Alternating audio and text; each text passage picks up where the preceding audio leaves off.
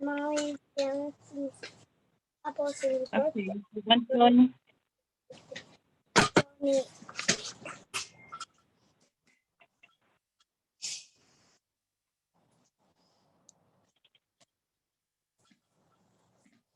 Go show my mom.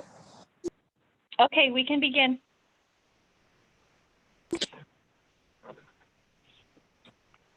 Okay, today is Wednesday, September 23rd, 2020. It's 5:16, and I'd like to call this meeting to order of the City of Bishop Parks and Recreation Commission. We'd like to do the Pledge of Allegiance. Cheryl, can you start us off on that, please?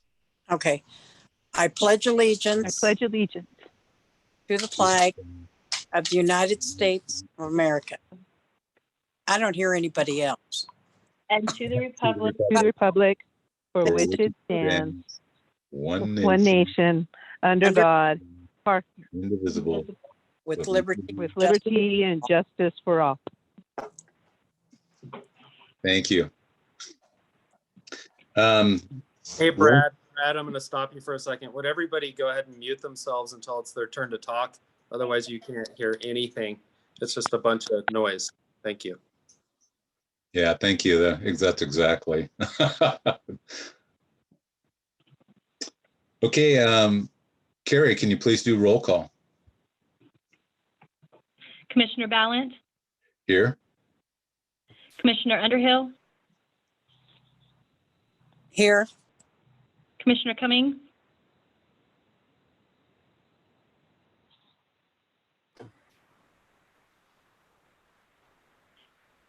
Commissioner Manuelito. Here. Commissioner Weatherford is absent.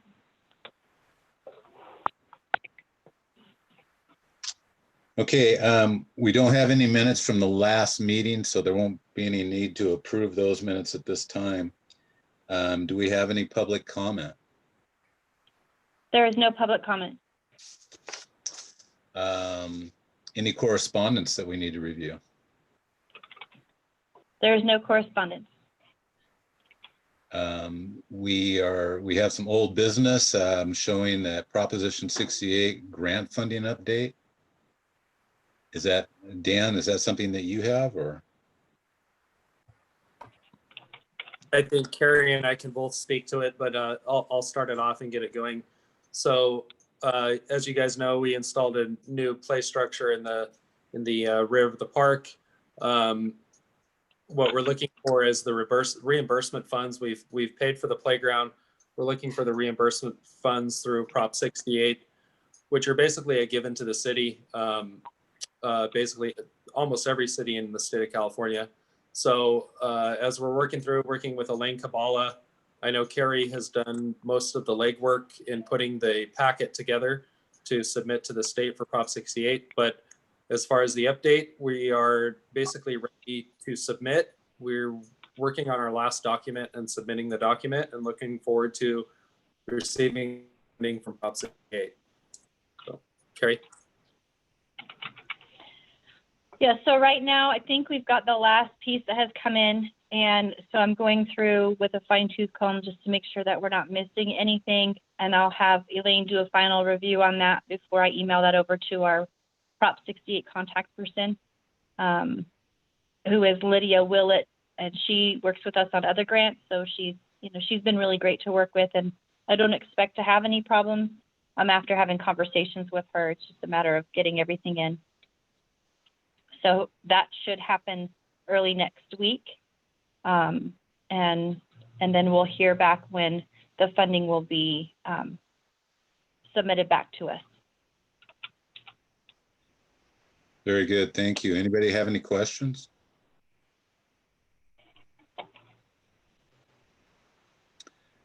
Okay, on to new business.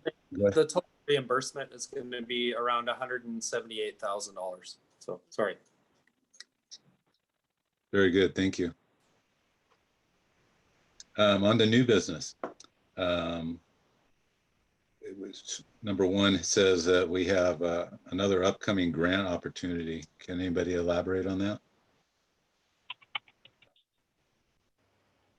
That's Dan.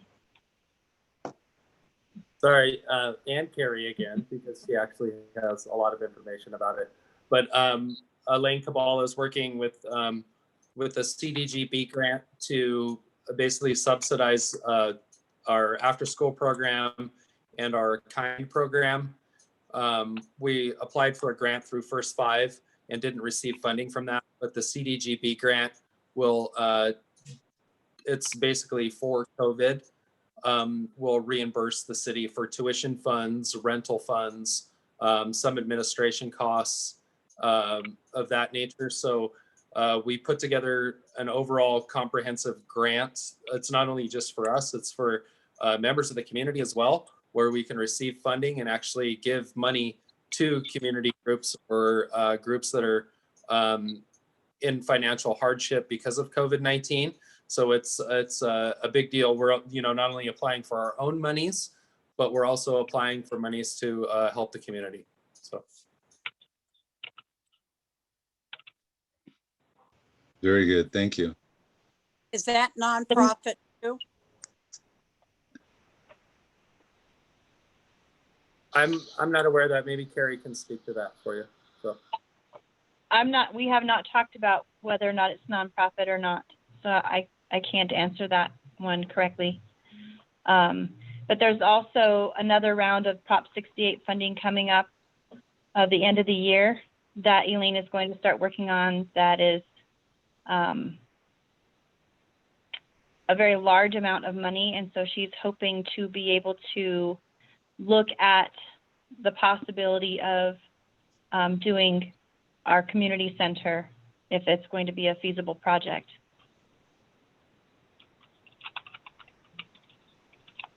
it's kind of what they're looking for in the Prop 68, of course, makes us more appealing as having shovel-ready projects.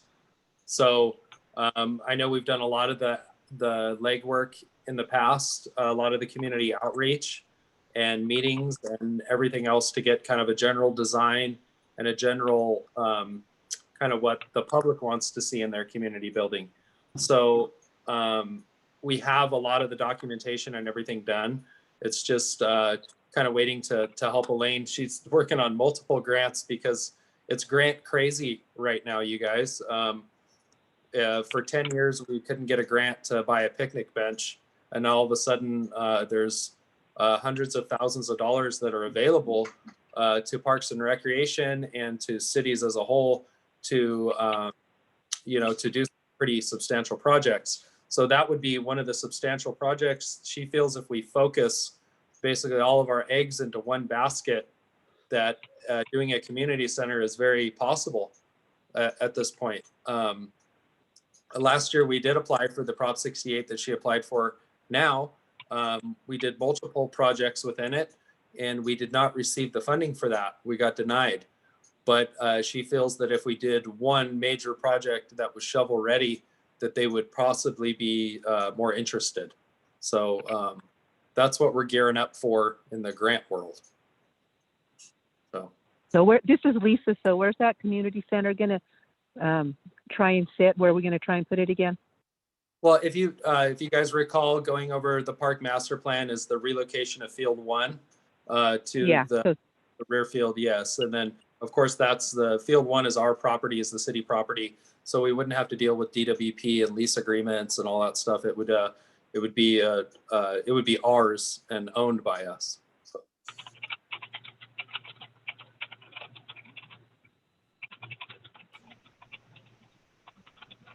Very good. Any other questions?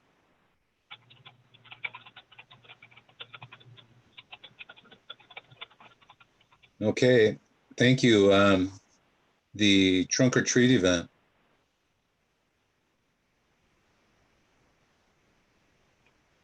Carrie, this one's all you. I'm going to shut up for a while.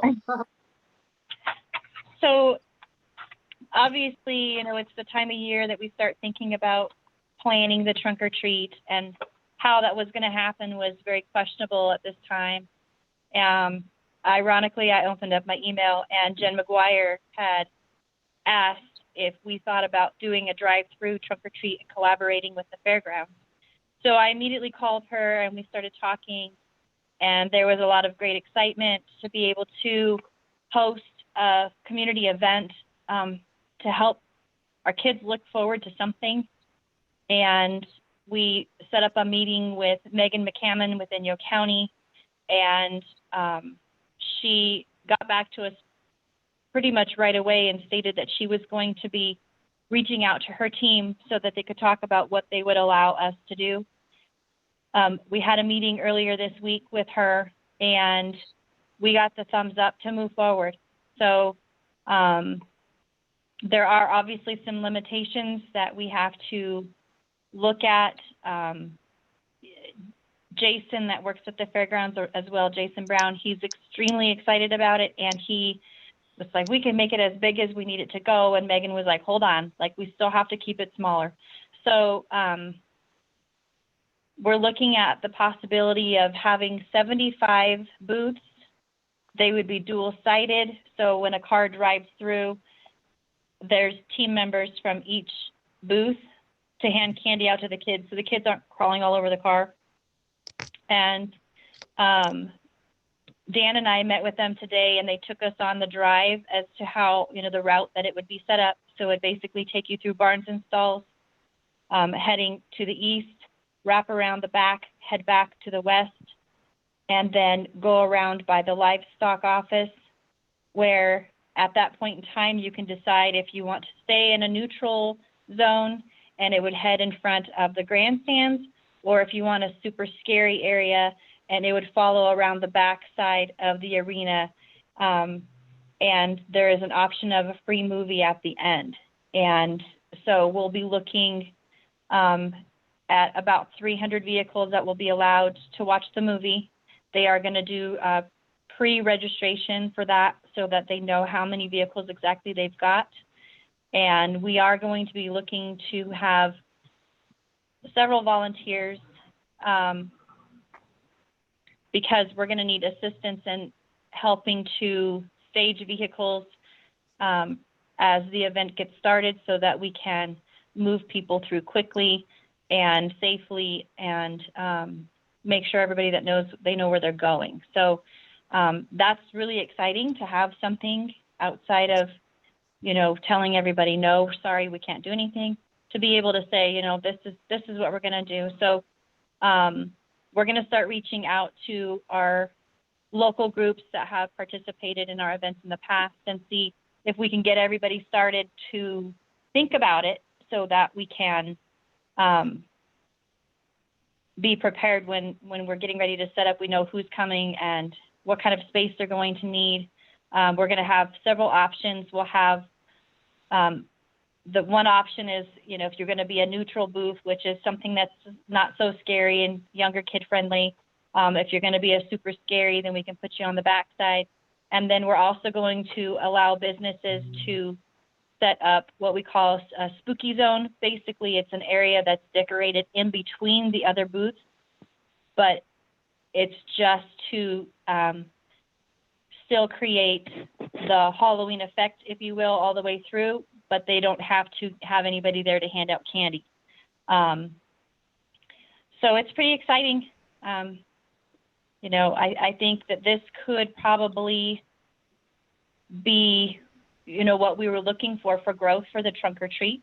It's been great at the park, but at the same time, there wasn't a lot of room to grow there just because of the trees and the lighting and everything. So, this may be something that is going to be the way we're going to do it in the future as well. So that's pretty exciting. Do we have a target date? Halloween. On Halloween? Okay. We do it on Halloween. We're still waiting for the state mandates to come out for Halloween. They are going to be putting something out, but Megan earlier this week said she found out that it's not going to be out for a couple of weeks, but the public health officer feels that we're going to be okay with the requirements that they're asking of us. There's going to be distance between each person that's at the booth. They are comfortable with a child's full extended arm to get, their bucket out there, and your full extended arm to put the candy in the bucket is going to be fine. everybody has to wear masks, whether you're doing parking, if you're a vendor or if you're a child in the vehicle, everybody has to have a mask on. And it's just a matter of making sure that everybody is keeping their distance and keeping each other safe, really, so that we can do this. And the hope is that if this works out, that there may be other events later in the year that would kind of follow the same logistics of this event, and open up things so our community has other things to go do.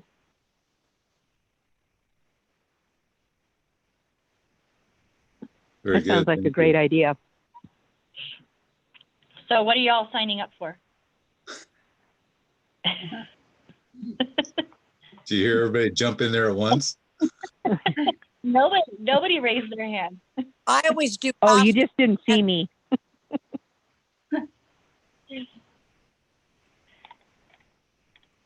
So it's going to be a lot of fun. We're really excited about it, and it's going to take a little bit more planning, but you know, we've got the city, we've got the fairgrounds, and Sarah from Grocery Outlet is also going to be on our planning committee. So she had stepped up last year and said, I want to do this. So I asked her again this year. So I think it's going to be decent size. I think we're going to have a good response. And we know that the town of Mammoth Lakes isn't doing anything. I don't know if there's anything else allowed up in Mono County.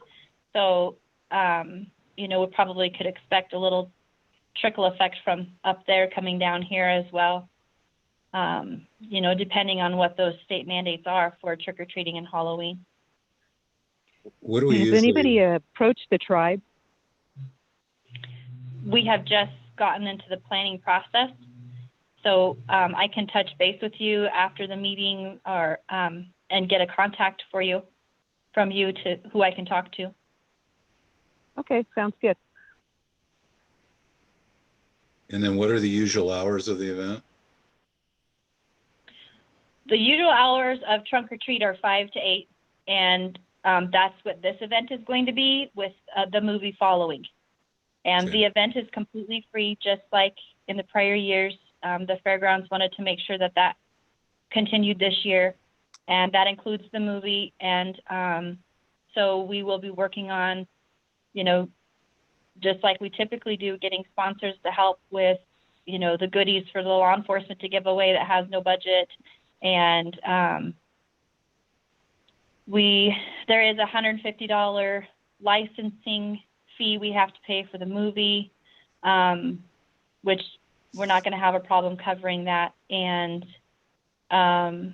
you know, just basically getting in touch with our local businesses and even families that want to do something. This isn't just for businesses to do. If we have a household that wants to put together a booth, we'll allow that, just like the trunk or treat.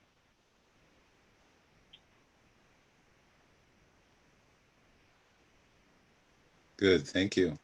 Just to chime in for a minute, we're looking at, you know, probably 15 to 20 volunteers to help with traffic control, keepers, and just making sure that everybody's having fun and staying safe. There is multiple points of access and egress, not only for the police department, fire department, but we looked at, you know, almost every scenario we could possibly come up with families and kids being, you know, sitting in a car for an hour waiting in a line to go through a Halloween show. So we're trying to figure out the logistics of how, you know, the timing of how a vehicle goes through. How long does it take? You know what I mean? For two vehicles to go through, how long does it, how long are they going to be sitting and waiting for the movie to start? What are we going to do to entertain people? So there's a lot of thought and effort that is going into it, especially from Carrie and the fairgrounds. These, you know, they're putting in it's going to be pretty cool, and we're expecting it to be larger than anything we've ever done before. And the reason why is the county is going to encourage people not to trick or treat, of course.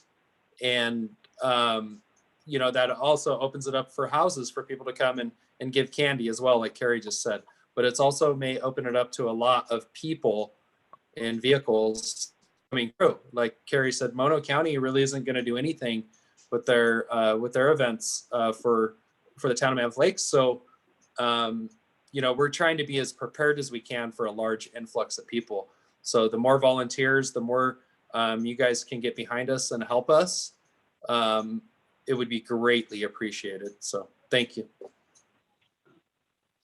Thank you, Dan. Yeah, if you just give us a list of the kind of different things and timeframes, you know, I'm sure we could all probably try and recruit people for that. And being on a Saturday this year, and there's no sports going on, so there's a lot of factors from prep or previous that might have interfered with, you know, us helping out. I'm anticipating I'll probably be able to help you guys out this year. So great. Thank you. Staff report. We have facilities update. Hello again, Commission, and thank you guys for being around tonight. Just a quick update from the city parks, of course, is we had some substantial winds come through the park in the last week, which actually knocked down some pretty big trees in the creek that were behind the senior center. Thank goodness it did not crush the senior center. The trees were substantial enough that it would have probably caused irreparable damage to that building. We spent a week basically in that creek cleaning up the debris from those trees and removing. A special thanks to Public Works for their backhoe and their chainsaws, because mine was not big enough to cut the tree. It was huge, massive. So we spent a week cleaning up that. There was some damage to the field four fence in the first baseline in the outfield. So we're working on repairing that fence. It basically crushed it flat and made it into a pancake and not a fence. So kind of dealt with that with the last week. And then of course, moving into the pool is we have about 4 more operating days. I know today was canceled because of smoke. So that leaves us 3 more operational days for the city park pool. So next week we will be ending our programs and our swim team there, and our staff will begin the prep of getting the pool ready for winterization of the pool, which is about a 2-week process there. Along with that, while the weather is good, we need to, of course, reseal the chamber roof for the Chamber of Commerce. That is a city-owned building, and the old flat roof up there tends to leak in the wintertime. So we're going to get up and do some work for Tawny at the chamber so that they stay nice and dry this winter. And then, of course, looking at our field use, is Little League continues to use fields 3 and 4. AYSO continues to use field 2, 5 and 6. They're practicing in pods. There's no games. They've all applied for their attestation through the county health department, and so there are kids out practicing, just that they're not playing any games. So it's good to see people out and about using the park and the fields.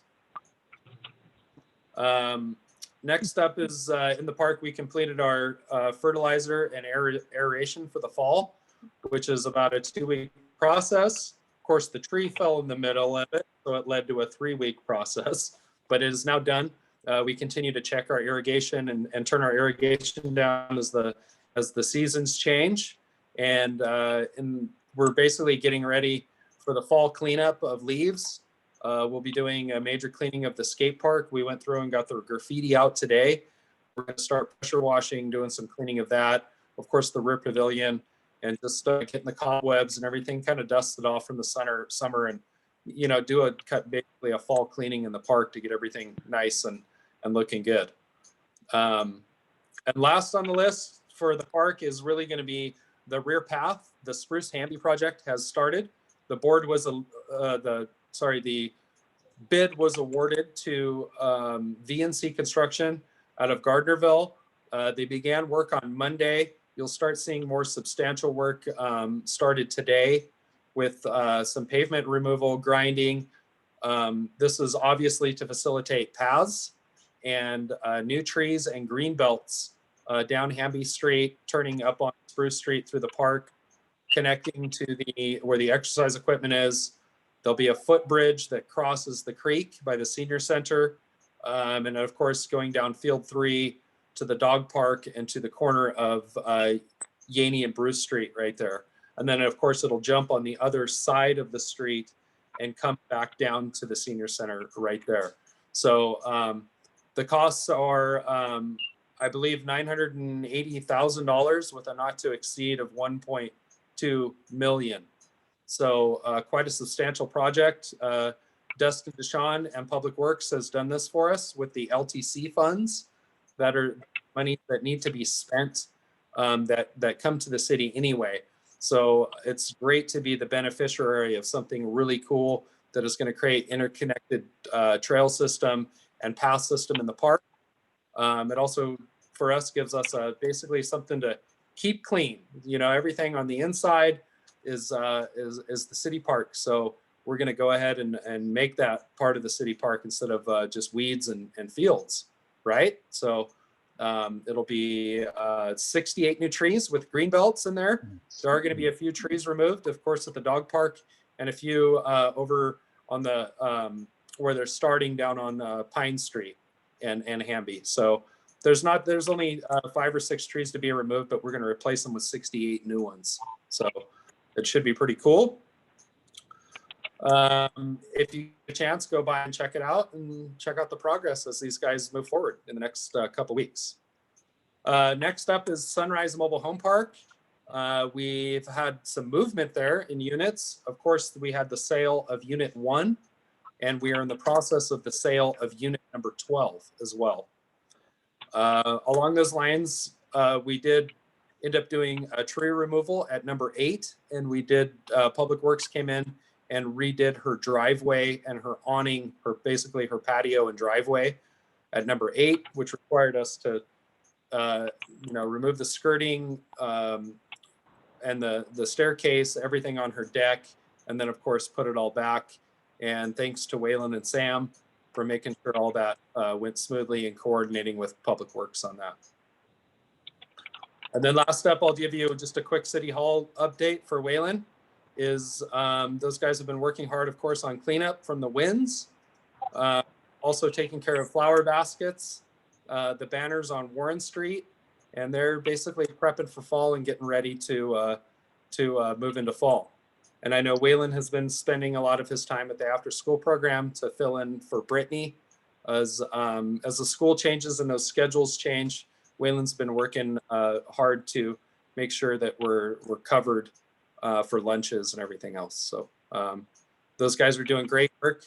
I can't say enough about the people that I work with. Carrie, Brittany, you guys deserve all the credit for everything. And I appreciate you guys. So when you see them, say thank you, please. Thank you. Any questions or comments? Mr. Chair. This is Ron Phillips. Hi, Ron. I just wanted to make a comment on the sale of the unit number 1 at the mobile home park. The asking price was $31,000, and we got 2 offers at $41,000. So we were able to sell it at $10,000 more than the asking price. Excellent. Very good. Thank you. Anybody else have questions?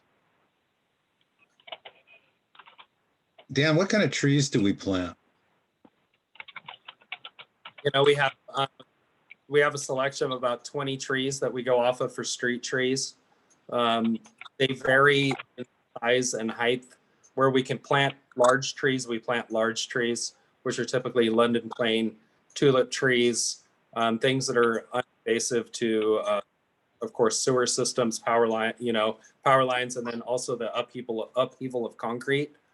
And then where there are power lines, we do plant the smaller pear trees, more of an ornamental selection of trees. So there's kind of a diversity throughout the whole thing. The way that we do it is we'd say, okay, this is where the power lines are. these are the 12 trees that are in that list. And then we basically, we jumble them, and we don't plant them, next to each other with same species. And the reason we do that is in case there's disease, or if something goes wrong, then just one tree that we have to treat or to remove or replace. The same with the big trees, in those big tree areas, as we have a list of 5 or 6 trees, we throw those in a hat and we just kind of jumble them. And the reason for that is the same reasoning. If there's disease, if there's something wrong with a tree, then we can just treat that tree and not have to treat, a whole street of trees. So that's kind of our process that we go through, and that's how we select the trees. But yes, if you go to the city website, if anybody wants to go there, there's actually street trees that have been approved from the tree committee that are on there. So. Very good. Thank you. Yes, sir. Anybody else with any questions? I had a question about, there was going to be, I remember Dave Graw talking about parking over there behind the senior center by that field. I think it's at field 6 or something. Are they going to do some parking over there? Is there going to be asphalt for parking there by that one field? Yes, right now what we're going to do is there'll be room enough on where it turns and comes around field 6, as they'll be able to basically head in parking there. As I look at it, there's actually a larger space if you head south towards where the grass line of the field are. Destin and I talked about it the other day. We can't do it now because we can't do a change order in this grant funding. But in the future, what we could do is I could either grass it up to the parking lot and make the field bigger where the head-in parking is, or we could take that, create 2 driveways, and create even more parking up on the other side of that. So there's the potential to have even more parking. But the head-in parking spots I think we're going to receive was something like, Destin and I looked at it the other day, and it was like 60 new parking spots back there. So. Oh, that's great. Thank you. Mm-hmm. Anybody else? Okay, programs update, please. So we'll piggyback a little bit on the after-school program that Dan shared. So Brittany's got 26 kids that the program has been adapted to do a distance learning pod. So we have 2 groups, and initially they were both at the school. One was in the BAC classroom, and the other group was partially using one of the other teachers' classrooms and partially outside. With the smoke, we had to find a space to put them. And so we actually have the older aged pod is in the auditorium, which seems to be working well. They're very quiet, and they're on their computers most of the time. So it's not like they can get up and run around too much. You do hear them during break, and you do hear them during their lunch, and otherwise it's very quiet, and it's working really well. Brittany's got some amazing staff that basically has been doing teaching, and I got to go over and sub for her one day with the younger age group, which is the kinder and first graders, and it's a lot of work, and you're hopping around from one kid to the other. There was 7 kids that day. They're all doing something different. I was speaking Spanish. It was very interesting, to say the least, and the lead in that particular group, she just graduated high school, so she's jumped right in there. And so we make sure that she's allowed to have the time that she needs to do her studies as well. So it's been a real challenge.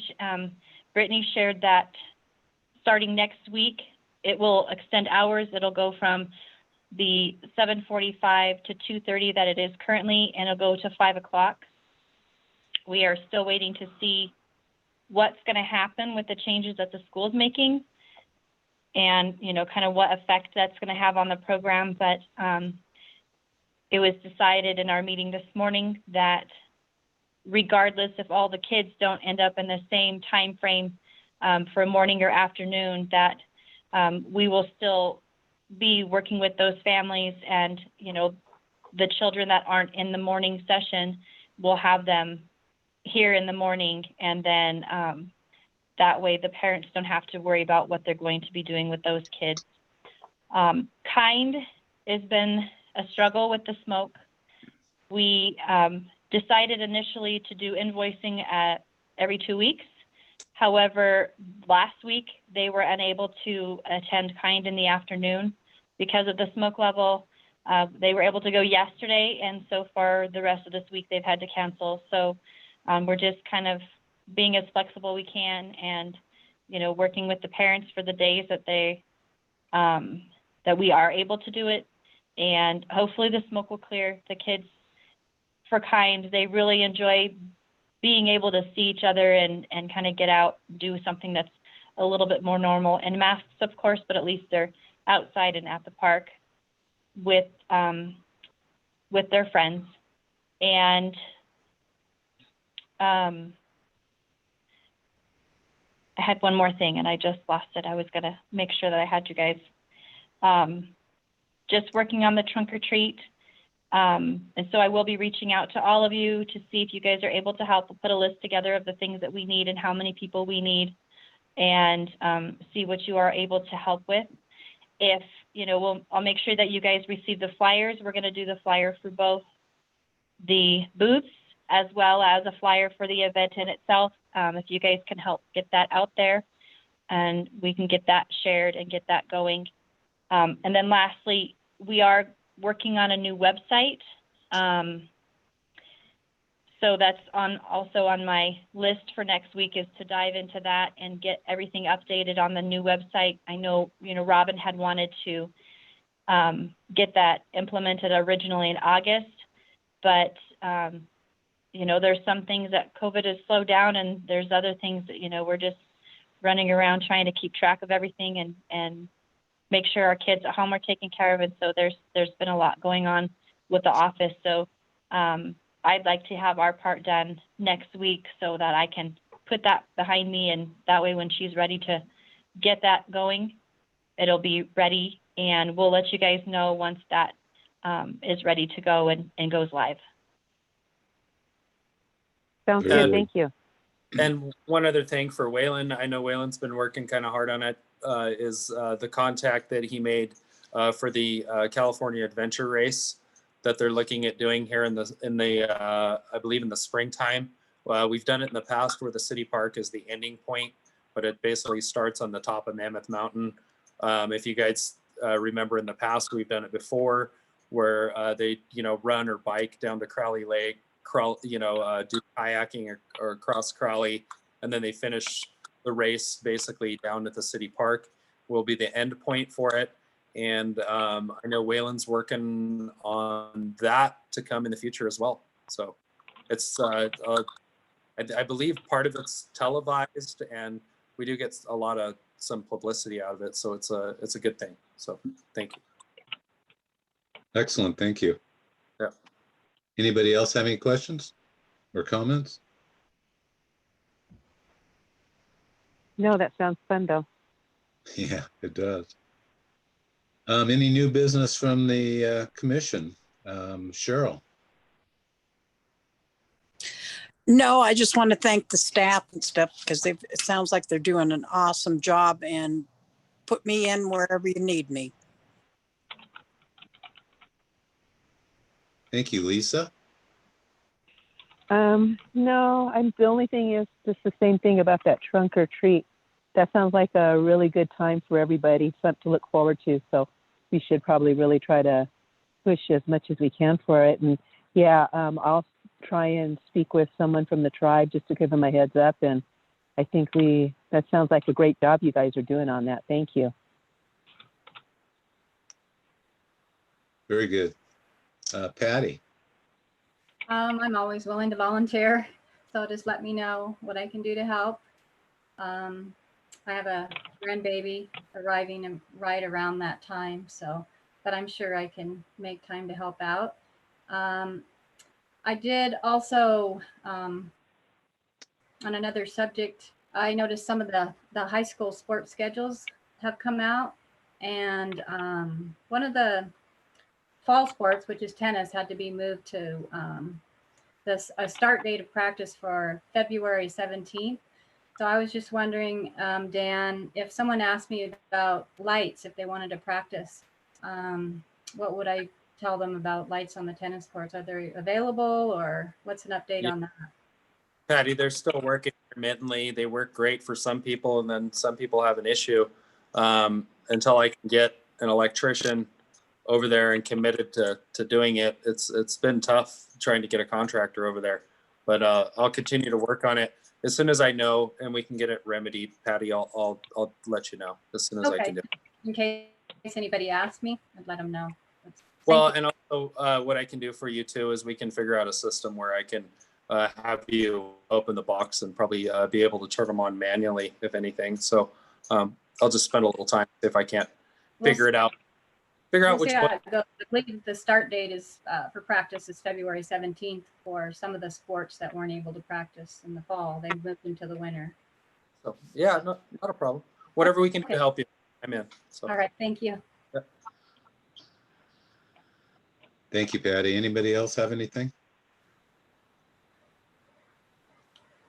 Oh, I did forget to mention, Dan, sorry for interrupting again. I was at the skate park yesterday, and thank you so much for cleaning up that graffiti.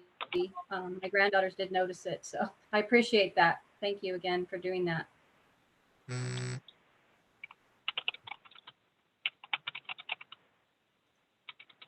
Okay, if there's nothing else, we will adjourn this meeting. Our next meeting is scheduled for October 28th at 5:15 in the council chambers or via Zoom. Thank you. Thank you. Thank you. Everyone have a good night. Yeah, a good- hope next Thank you time so much. somewhere. Thank you. Thank you. Thank you.